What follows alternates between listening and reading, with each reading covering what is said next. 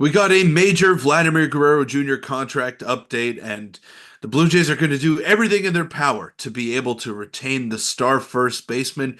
But where are the two sides at? We'll keep you updated on this episode of Jays Digest. Welcome in, everybody, to Jays Digest. I'm your host, Peter Vryonis, alongside host Nick Costa. Nick, this is going to be another major talking point throughout the entire offseason. It's Vladimir Guerrero Jr. and whether or not he's going to be a Blue Jay for the rest of his career, or at least sign a contract to do so.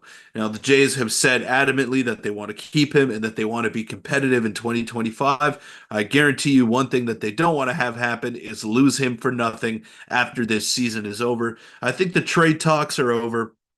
I think all of that noise of him maybe being a star acquisition for another ball club has been put to bed here, and the Jays really want to work on retaining him full time, but they're going to have to shell out a lot of money because he won Comeback Player of the Year this year in the American League, and he was one of the more impressive hitters in the league in a year where offense was down across the board. Yeah, and the biggest storyline for this offseason, you can talk about making acquisitions, you can talk about what Ross Atkins is going to do. It's Vladimir Guerrero Jr. and getting him extended. And a report came out, you can see this here, MLB trade rumors.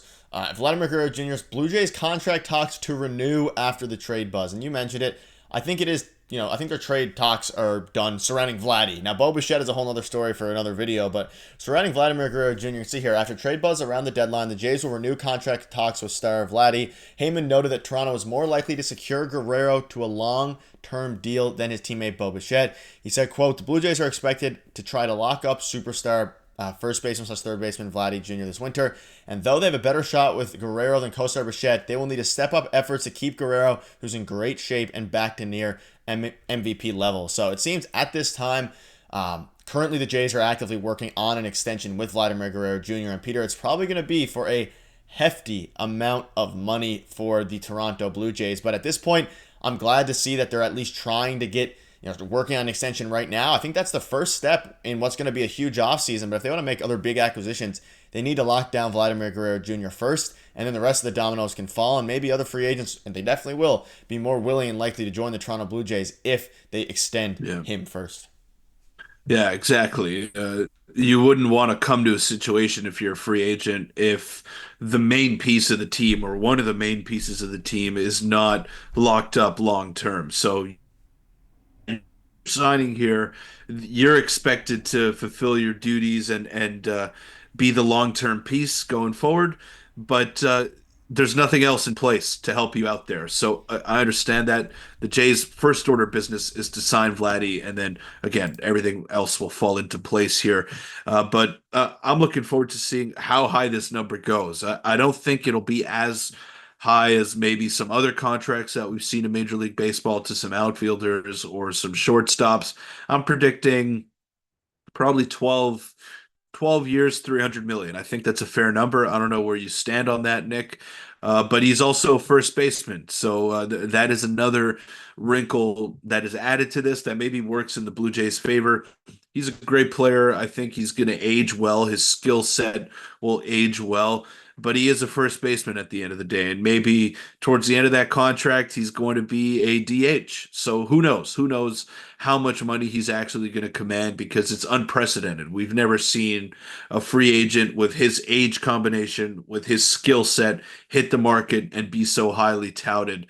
So it's going to be something of a market setter. That is going to set the market going forward for star first basemen who are around 25, 26 years old. And I'm curious to see where that number is. But right now, my first initial thoughts, 12 years, 300 million. And I think that gets the deal done. It's a sexy number. I think Vladdy will be all over that. And I think it works out for both teams. Yeah, and I don't think the Blue Jays want to let Vladimir Guerrero Jr. get into unrestricted free agency. I think then things get more expensive. They get a lot more difficult for the team. And again, we know that Bob Nightingale reported earlier in August the Jays are expected to entertain trade offers for Bichette, which is one of the two stars on the team. And it's going to be interesting. If Toronto can lock down Guerrero this offseason, or at least give fans something to be happy about this year. And you mentioned the contract. Heyman compared Guerrero's potential deal this offseason to Boston Red Sox third baseman Rafael Devers, who signed a 10-year, $313 million deal. So you mentioned 12 years at 300. I think it's anywhere between 10, 300, 12, 325, something around that range. I don't think at this point, unless it's a shorter term 5 year deal, similar to maybe some of the other guys, but I think it's going to be a long term deal.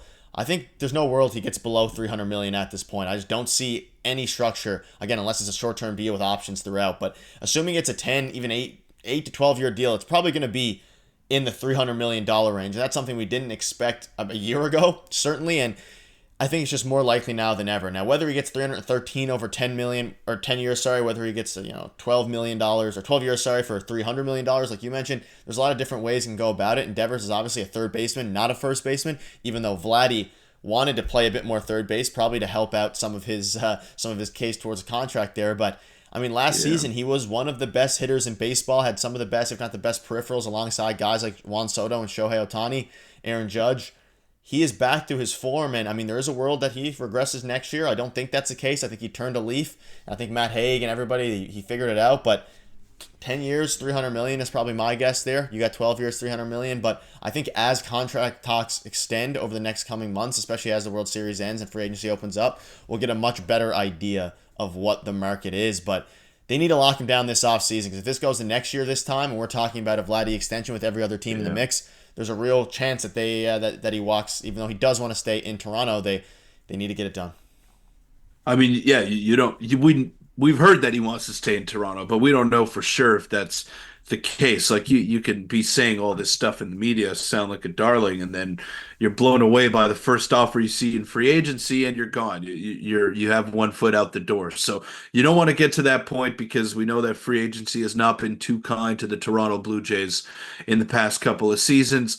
And when it comes to a star player, they rarely choose Toronto over destinations like New York or Los Angeles, which is the unfortunate truth, but that is the landscape of Major League Baseball. The one advantage that you do have with Vladdy is that he's very familiar with your organization. He's familiar with the city. He has ties to Canada, of course, being born in Montreal. So you do have some advantages working in your favor here.